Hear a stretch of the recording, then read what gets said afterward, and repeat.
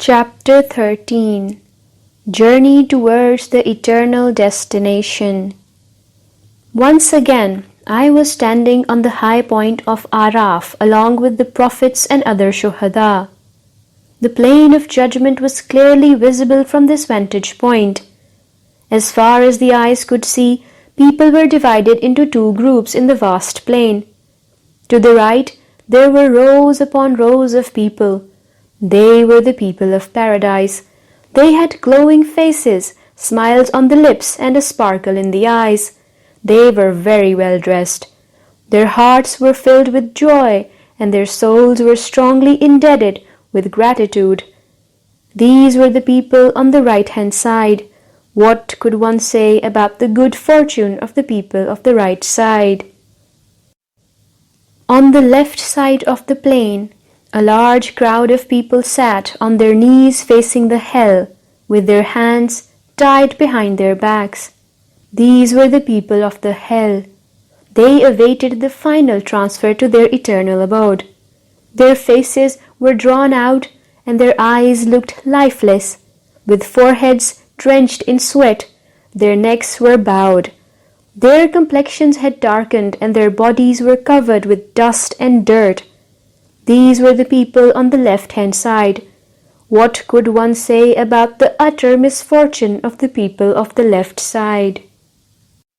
The throne of the Almighty was right in front of us. What could one say of its grandeur and splendor? Rows upon rows of angels stood around it. In their midst were 8 extraordinary angels, next to and around the throne. They were the bearers of the throne. The angels were singing words of praise and glory. Behind the throne, at a higher altitude, clear views of paradise and hell could be easily seen. Paradise was on the right side. The fragrance arising from it had spread throughout the right side of the plain, and the songs emanating from it were having an enchanting effect on the hearts. One could clearly see the absolutely stunning greenery, serene valleys, and immaculate gardens of the paradise from here. Its palaces, lakes, and servants were also visible. These views of paradise were enticing everyone. Those who had been awarded the paradise were extremely pleased at their good fortune, and were engrossed in relaxing chats with each other while they waited anxiously to be taken over to the paradise. On the other hand, the horribly fearsome view of hell was visible on the left side of the throne. The flames from the fire were rising repeatedly like the tongue of a serpent. The sight of different punishments waiting for their victims in hell was making the hearts flutter with fear. Highly frightening and ugly angels with whips, chains, yokes, and hammers were waiting to welcome the people of hell to unlimited punishments like odor, filth, fire, wild animals, venomous bugs, rotten fruits, thorn-covered bushes, and food consisting of pus, blood, boiling water, and oil slush. The wretched state of people condemned to hell was already miserable. It was further compounded on seeing the hell with their own eyes. This view was enough to crush their hopes. They were watching the scene despairingly. Each one of them wished most earnestly to be awarded the death sentence. Alas! In hell there were all kinds of punishments, but no death. Death would have been the greatest relief for the condemned. But then, hell was a place for punishment, not relief. A curtain separated the people assigned for paradise and hell. They could see and talk to each other through this curtain, but could not cross it. The people of paradise told the people of hell that all promises that God had made to them had come entirely true. They then asked them if they had also found the Almighty's 4 warnings about the hell and its details to be true. In reply, they had no option but to bow their heads in acceptance and say, yes. The people of hell were crying with thirst and hunger. When they saw the people of paradise being served with all kinds of fruits, platters of meat, and tasty drinks, they repeatedly asked them to pass on a small amount of this gift from the Almighty to them as well. However, they got the reply that the Almighty had forbidden these bounties for the people of hell. We were standing on high ground and witnessing this scene. I felt scared for some unknown reason, although the announcement of our fates was a mere formality. I was praying and pleading to God for His blessings and forgiveness. I was praying to the Almighty not to make me one of the people of hell, and to grant me the company of the people of paradise. Other people standing next to me were also praying for the same. However, that was my own state of mind. Some other shuhada, charged with emotions, moved forward and started to congratulate the people of paradise. They were showering them with blessings and prayers. At this juncture, the prophets came forward and asked the incredulous leaders of their respected nations who had knowingly rejected the truth, "Where is your rule today? Do you still take pride in the number of your followers? What happened to your arrogance?" They then pointed towards the people of paradise and said, "Are they not the same poor people you considered as worthless? You believed that they did not deserve a share of the blessings of God, and neither would they ever receive it. See for yourselves, they have achieved such an exalted position today." Meanwhile, there was an announcement that the books of deeds be handed over to the prophets and shuhada. Against my expectations, there was no accountability or cross-examination. Each one of us was in turn called forward to a place where all the people of paradise and hell could see us. Each person would move forward, escorted by his 2 angels, who would then take him to the throne with utmost decorum. There, his accomplishments in the previous life were announced to everyone, and success in the hereafter formally declared. Whenever a person from this exalted group was presented to the throne, details of his struggles were narrated, like the times he lived in, the background of the people he addressed, and their response to his invitation. In fact, everything surrounding his mission was narrated in detail. The audience listened with rapt attention and showered each person with generous praise. In the end, whenever a person's success and accomplishment was declared, the surroundings echoed with shouts of "Bravo" and "Glory be to God." Dwellers of the paradise expressed their joy by clapping, shouting, whistling, and even dancing. When my name was announced, the people standing close by started to congratulate me. Along with Saleh and Imsail, I reached the edge.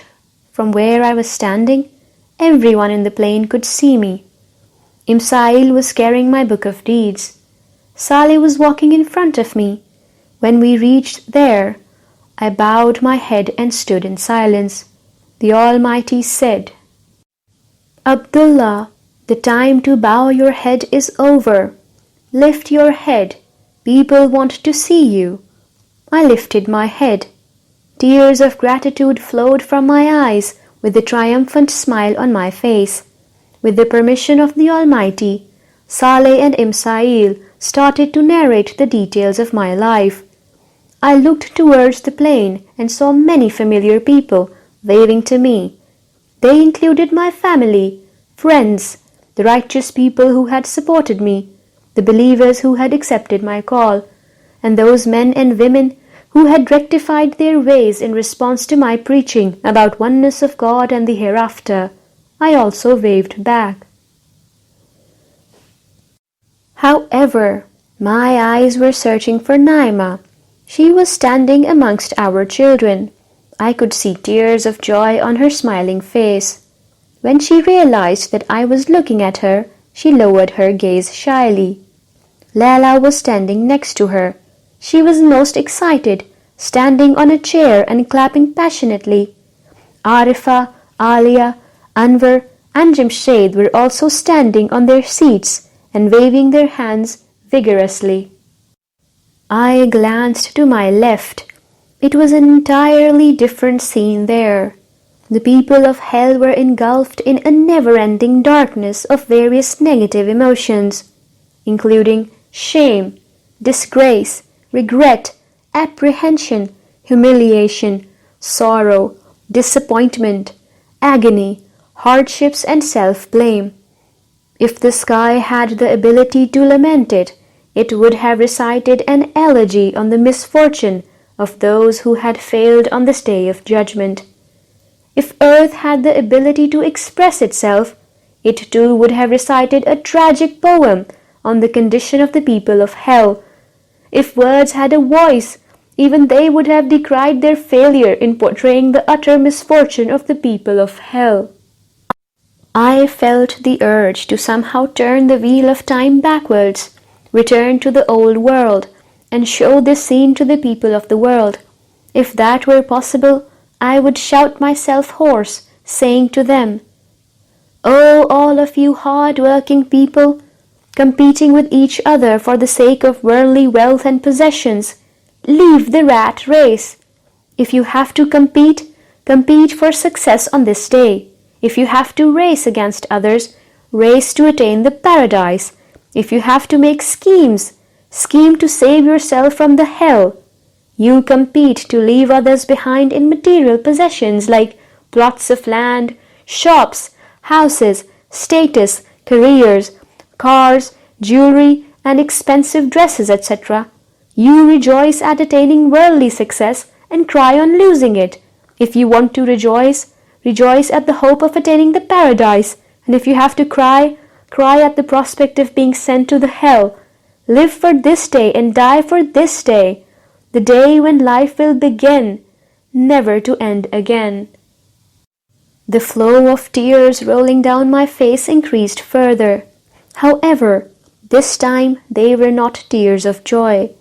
They stemmed from the realization that maybe if I had put in a little more effort, I could have got my message across to more people, and perhaps many more could have been spared from hell. I felt the pain of this remorse in my heart. Alas, if I could get one more chance! Alas, if only the time bygone would somehow come back so that I could warn every person about this day even more compellingly. An excruciating sigh escaped from my lips, rising from the depths of my heart. I looked up towards the throne with utter helplessness.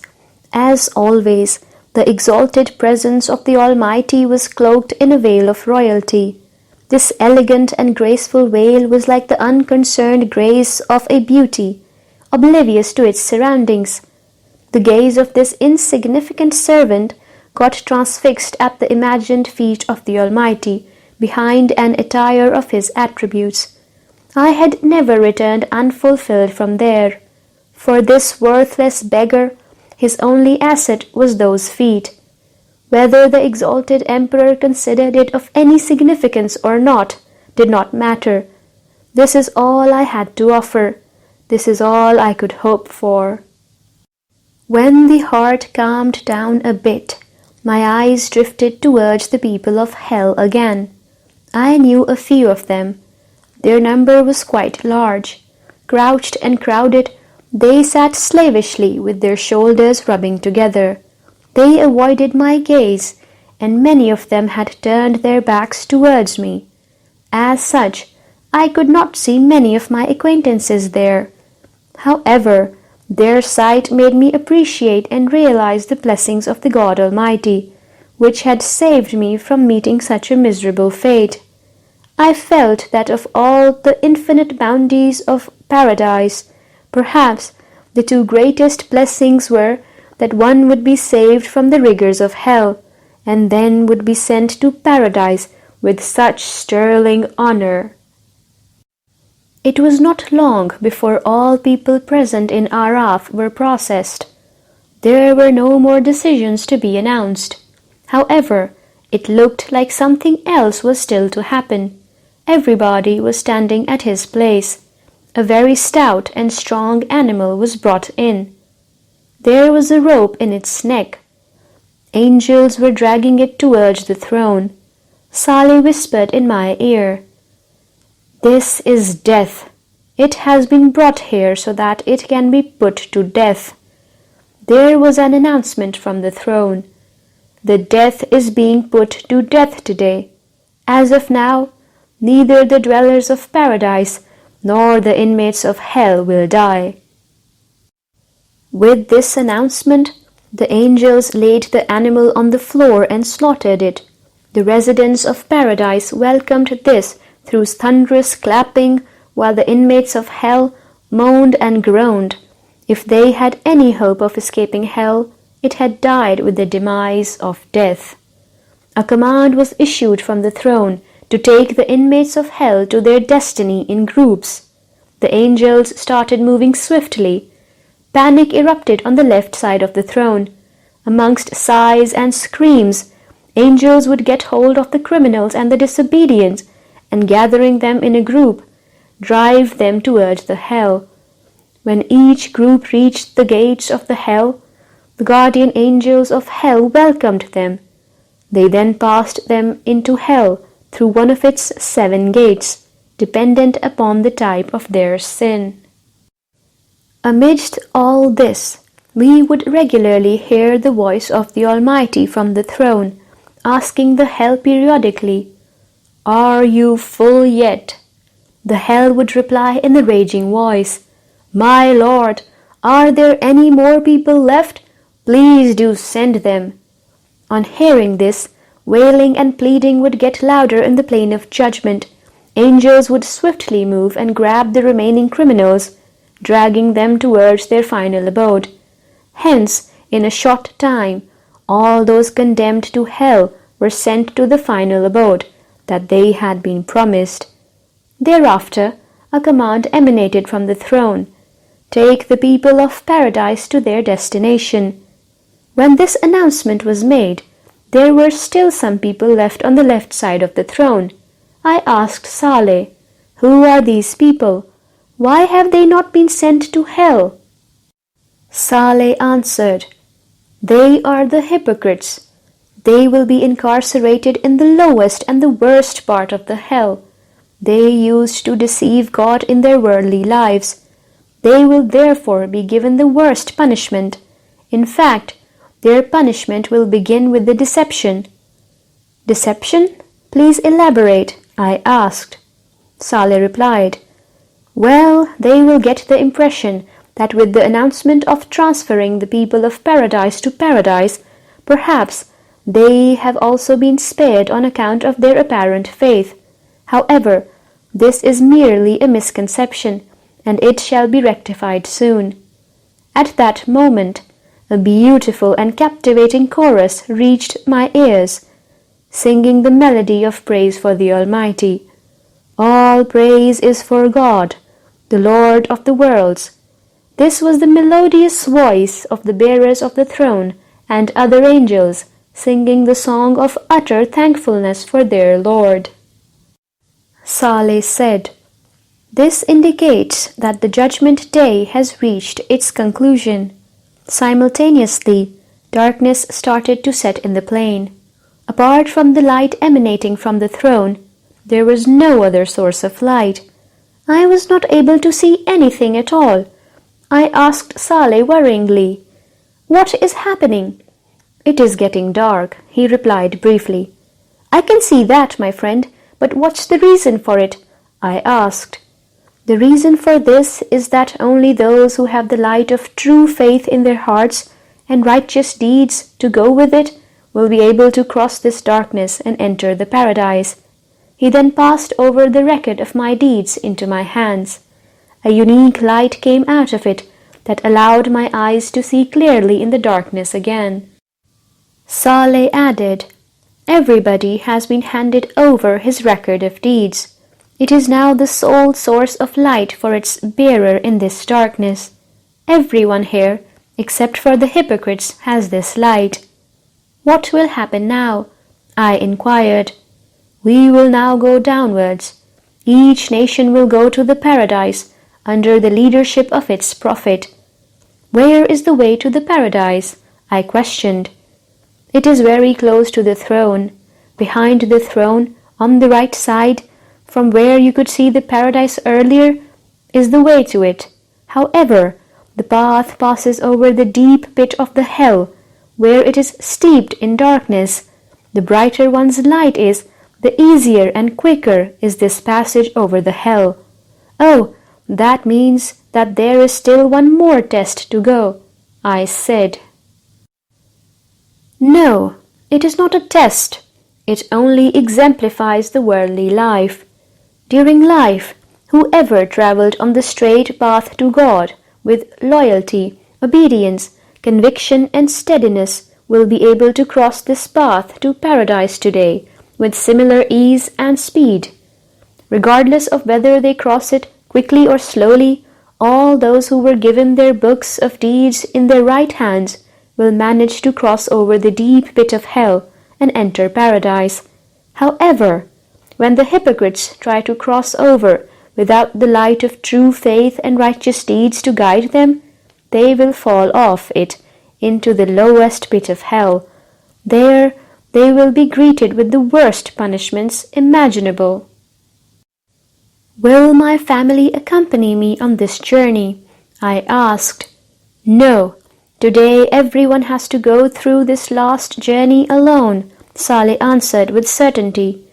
Then what did you mean when you said that people would go to the paradise in groups? I raised a question. What I meant was that all the followers of a prophet will be taken to the gates of paradise under the leadership of their prophet. However, they will enter paradise one by one, in a manner appropriate to their individual deeds.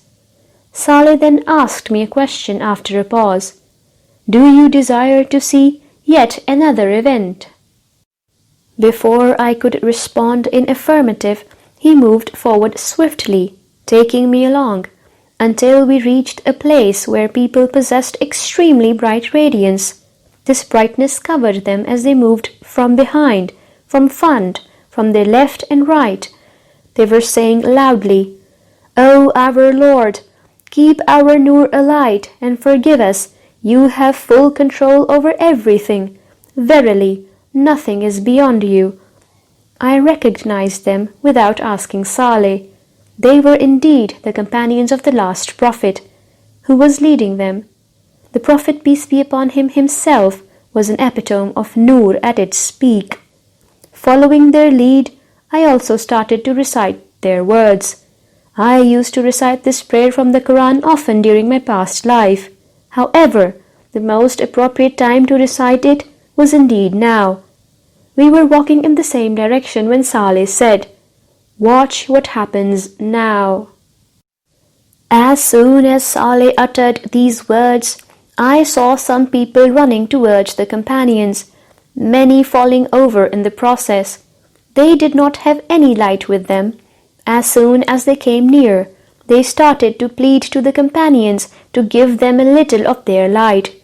Some of the companions pointed to the rear, towards the right side of the plain of judgment, and said, We brought the light from there. You should also go back and get some. On hearing this, all of those hypocrites started to run back in that direction. However, as soon as they tried to turn right, they realized that there was a wall in the way. There were a few doors in the wall that were guarded by angels. They tried to enter through the doors, but the angels started to beat them up to turn them away. They did not have any way to get the light. They then ran back to the companions and pleaded again, saying, Help us! We are also Muslims. We were by your side in the previous world. You know us well. Please do something to help us get some light. The companions replied, Certainly you were with us, but you put yourself in a malicious situation. You remained doubtful about this day till the end. Your real aim was only to attain benefits of the worldly life. You followed the way of Satan, and he kept you in deception. Hence today, neither you nor any other rejecter of the truth can escape by giving any ransom or bribe.